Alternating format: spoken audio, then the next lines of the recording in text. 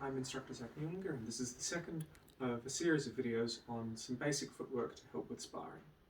Once again, we're going to start just with some calf extension exercises, much like we did last time. If you've just come from the previous video, this will give you a chance to reset and get your breath back after that bit more cardio-oriented work. If you're starting again on a brand new day, then it's a good warm-up. And either way, strengthening our calves is just going to help everything we do in Taekwondo. Now, in the previous video, I mentioned that there are two things that good footwork gives you. The first is it gets you into a position where you can do an effective technique without being exposed to an effective technique in response. And second, it means that once you're in that position, you're in a stance or a posture that's going to enable you to make that kick efficient. Today we're looking at the second of those, which is making sure that your kicks are going to be efficient. If you've been watching the Olympic Taekwondo recently, you may have noticed that they use a slightly different stance to the one that I showed you last video, and we're going to get into what those differences are and why. But for now, just 10 more calf extensions, making sure that you are staying evenly balanced with your weight and you're not collapsing inwards or outwards. 1, 2, 3, 4, 5, 6, 7, 8, 9, 10. Good, and just shake that out. So, in the previous video, we were using this slightly longer than usual back stance and slightly deeper than usual shape. Whereas you may have noticed that in some of the Olympic Taekwondo, they're in something that's in some ways closer to a horse riding stance. They're a bit narrower than we would normally do for Taekwondo. They're also a little bit higher. That's not a wrong stance, it's just a different stance that's useful for different things.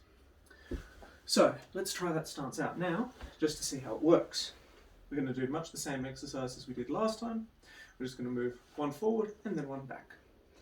So we're keeping our toes dug into the ground, our heels a little bit off, and we're just bouncing. And forward, bounce, bounce, bounce, back. Forward, back. 3, 3, 4, 4, 5, 5, 6, 6, 7, 7, 8, 8, 9, 9, 10, 10, 11, 11, 12, 12, 13, 13, 14, 14, 16, 16, 17, 17, 18, 18, 19, 19, 20, 20. And shake it up and change sides. Once again, we're bouncing. And 1, 2, 1, 2, 3, 2, 4, 2, 5, 2, 6, 2, 7, 2, 8, 2, 9, 2, 10, 2, 11, 2, 12, 2, 13, 2, 14, 2, 15, 2, 16, 2, 17, 2,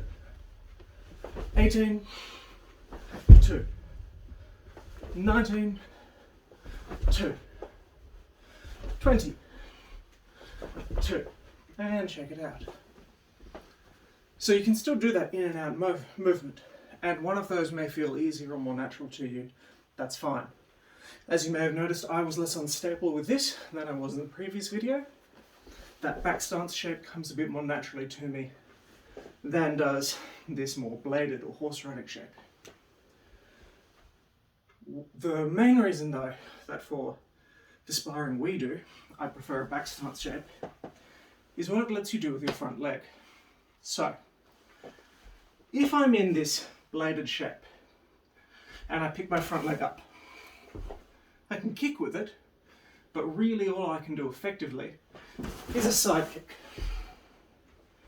I can't make a front kick work without bringing it up and twisting.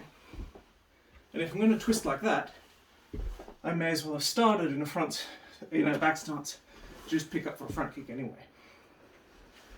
Similarly, it's very difficult for me to do an effective turning kick. I pick up, but I'm just flicking. I've got no power. I'm not able to bring my hips or my glutes into play. Whereas, again, from this back stance shape, as I pick up, I'm also able to roll my hips over into a much more effective kick. That's not to say you can't do a turning kick, it's just that it doesn't have the same degree of power. Instead, from a bladed stance, it becomes a very flicky kick. It's quick, but it's less effective. So in a points scoring situation, it's highly effective because all they need to do is make contact. From our perspective, where we focus much more on impactful technique, it's less likely to be impactful. So from our perspective, it's usually better to stay in this back stance shape because it gives us more options on that front leg. The other thing that gets affected is the back leg. If I'm in a bladed shape, I can very easily come through with a back kick or some form of spinning kick, but I'm going to struggle to come back around the other way. In order to do that, the first thing I do is I turn my front foot. And now I'm in a back stance shape again. And now I can kick with my back leg, but otherwise it's going to be a lot harder for me. Whereas from my back stance shape, front kick, side kick, turning kick, they're all nice and easy. There is a marginal slowing on my back kick, but it's much less than the slowing on my rear leg kicks from being in a bladed stance. So for those reasons, I tend to prefer, and in the sparring that we do, it tends to be more useful to be in more of a back stance shape. And so that's why we use it. However, if you are a senior belt and you're wanting to experiment with different stances, then it is worth trying out that bladed shape to see if it's giving you an advantage, because it's very quick. While that turning kick isn't as strong, it's very quick. And that can have its value. For now, back into the back stance. You'll notice that my toes need to be pointed absolutely religiously forward. This is particularly useful in martial arts where they're allowed to kick the leg and we don't do that. But it also means that I've got a lot more stability. If I start letting that front foot creep around, I lose the advantages of this stance. My knees also start coming inwards, and now I can't move as efficiently. I need to make sure that both knees, as much as possible, are angled out and out, so that I've got open hips and so that I can move efficiently. So that's what we're going to practice right now. We're going to go forwards and lift our front leg, then backwards and lift our front leg. And the trick is making sure that each time we put our front foot down, it's pointing absolutely forward, making sure that we're not letting it creep around. This is much more of a technical drill, so we're going to take it a bit slower and we're going to focus on foot position. You may also find that your rear knee tries to creep inwards to try to compensate and close your hips up. So make sure that's staying out as well. Where your toes point, tell you where your knees pointing. Where your knees are pointing will tell you what your hips are doing. And that's what we care about at the moment. Toes, knees and hips. So, one forward, one back. Forward, out, out, forwards. Lift, out, out, and forwards. Back, out, out, forwards. Lift, out, out, and forwards. That's what we're going to do. Forwards, lift. Yeah, still looking okay. Backwards, lift. Still looking okay. Forwards, lift. That's okay.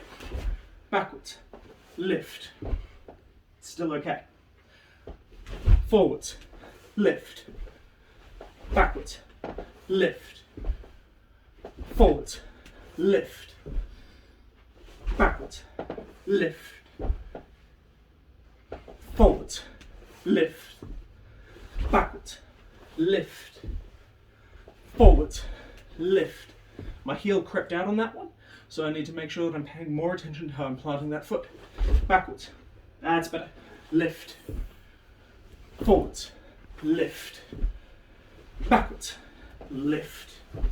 You may also notice that I'm using my abs to crunch inwards as I pick up this leg. Helps stabilize my balance, helps get that leg up a little higher. Also does various other things, but that's a different video. 3 more times. Forwards, lift. Backwards, lift. Forwards, lift. Backwards, lift. And last time on this leg. Forwards, lift. Backwards, lift. And check that out. But having done one leg, we need to do the other. Once again, into our back stance shape, forwards and backwards with the lift. Forwards, lift. That's feeling okay, but I can feel my back leg wants to creep inwards. Backwards, lift. That's a bit better. Forwards, lift. Backwards, lift. Forwards, lift. Backwards, lift. Forwards, lift. Backwards, lift. Forwards, lift. Backwards, lift. Forwards, lift. Backwards, lift. Forwards, lift. Backwards, lift. How am I doing? Those toes are pointing that way. Those toes are pointing forwards. My knees are pretty good. They're trying to creep inwards, but so far I'm mostly keeping them under control. Forwards, lift. That knee's out, that knee's out. Good. Backwards, lift. Forwards, lift. Backwards, lift. And 3 more. 1, lift. 1, lift. 2, lift. 2, lift. 3, lift. 3, lift. And check it out. As you can see, I can lift this leg much more easily than I can lift this leg. That's an imbalance that I'm working on as a result of a long-term injury. It's not bad to have a misbalance as long as you're working on correcting it. We need to get to a point where we're balanced on both sides, but as long as we're working towards that goal and making steady progress, that's okay. And we're going to shake out our legs. From there, we add the next step. So, we're shuffling in, we're picking up. The next step is kick and land. With this kick, make sure your knee is coming up high enough that the kick matters. Make sure it's snapping out. Make sure you're reasonably stable all through the kick. If you're finding yourself falling one way or the other, that tells you where you're leaning. So, forwards, kick, down, backwards, kick, down. I'm noticing that my back knee is trying to come inwards, so that's what I need to work on. Always notice what your body is doing. Your instructor can correct things that they see, but your training will go a lot faster if you are noticing for yourself. Forwards, kick, down, backwards, kick, down. Yeah, still trying to come inwards. Need to work on that. forwards, kick, down, backwards, kick, down, forwards, kick, down, backwards, kick, down. One more, forwards, kick, down, backwards, kick, down, and shake it out. Changing legs now. Same drill. We move forward, we lift, we kick, we come down, and we check our feet. So, forwards, kick, down, backwards, kick, down, forwards, kick, down, backwards, kick, down, forwards, kick, down, backwards, kick, down, forwards, kick, down, backwards, kick, down, forwards, kick, down.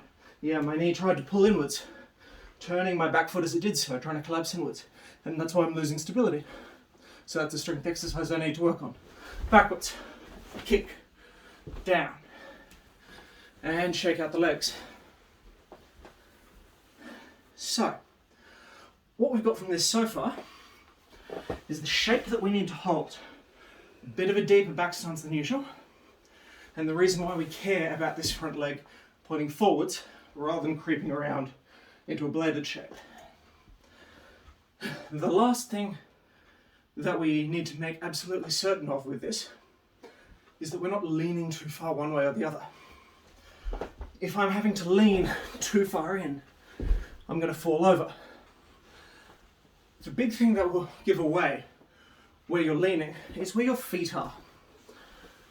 If I'm having to together and out, then I'm in trouble for two reasons. Firstly, when I'm here, I've left my head behind. My head is now in front of my feet. This leaves it exposed and vulnerable. And while, yes, I'm going to go further backwards, I don't need to creating a moment of vulnerability. I can move my back foot first and keep myself upright in a way that I'm less likely to do if I'm moving my front foot first. Secondly, if I move my front foot first, I have no base. If force comes towards me, say my opponent rushes me, my only option is to try to counterbalance by leaning in, which makes my weight dependent on him or her. So, I extend first, and then I pull back.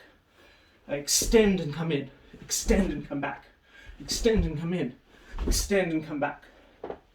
Ideally, I want to be moving the feet together, but to the extent that one foot is moving in front of the other, I'm going to lengthen and then bring it shorter. Lengthen and then bring it shorter, because that helps avoid me lean. And when I'm kicking, I'm trying to be upright. So I'm not leaning all the way backwards to try to kick, I'm not falling forwards into my kick, and I'm not falling sideways in either direction, because any of those destroy my balance and my stability. And so that last point of stability is what you want to be keeping an eye on throughout all of the movement you're doing here. Longer short, longer short, longer short, longer short. Balanced. Balanced at all points through the process. When you go back to the first video in this series and you're just doing that same drill again, forwards, forwards, back, back, forwards, forwards, back, back, and so on, try to make sure you're not leaning your head in, especially if you're going backwards, backwards with your head and chest down, you're exposing your head. Likewise, if you're trying to go forwards by going in forwards, then at this moment where your feet are together, you have no base, you have no stability. So keep yourself stable, keep yourself upright, and keep your base wide. That's it for this video. Thank you very much.